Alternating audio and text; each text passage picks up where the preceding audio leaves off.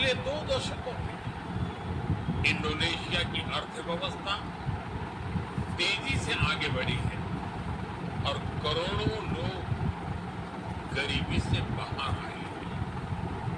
भारत का लोकतांत्रिक अनुभव भी यही कहता है।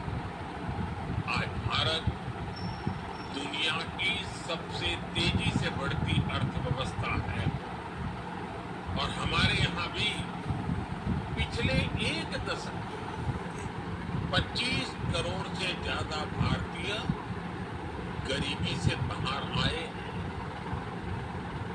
और इसलिए मित्रों, जब भारत और इंडोनेशिया साथ खड़े होते हैं तो दुनिया का ये विश्वास मजबूत होता है कि लोकतंत्र अवसर देता है, लोकतंत्र विश्वास देता है और लोकतंत्र भविष्य बनाता है।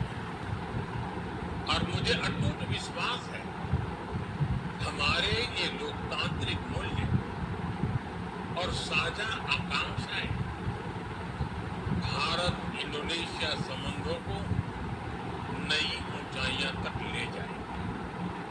ऑनरेबल मेंबर्स, एक साथ आजाद देशों के तौर पर हमने जो सफर शुरू किया था,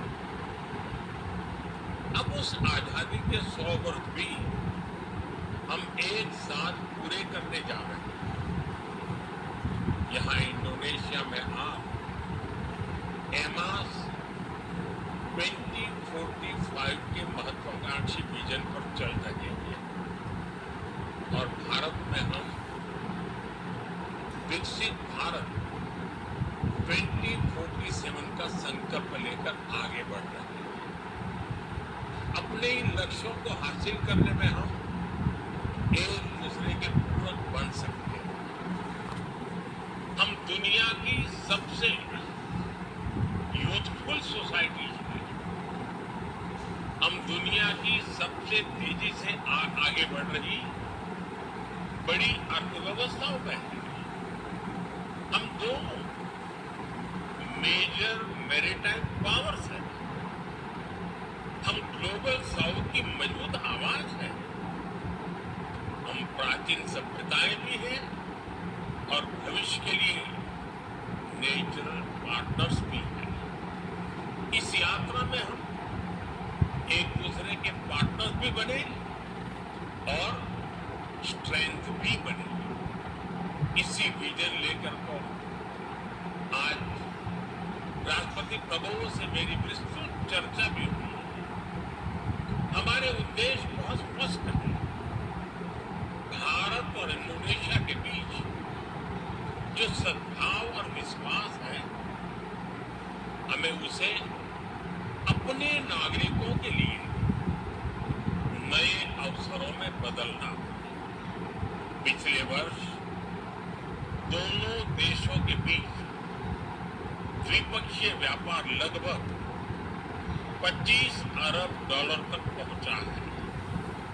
भारत की 100 से अधिक कंपनियां इंडोनेशिया में काम कर रही हैं।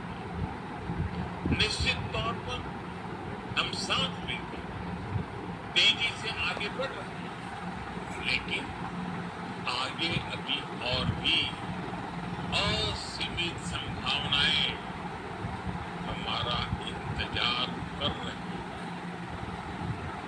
ऑनरेबल मेंबर्स, फ्यूचरिस्टिक सेक्टर्स में भारत और इंडोनेशिया के बीच अनंत आकाश को छूने का सामर्थ्य है।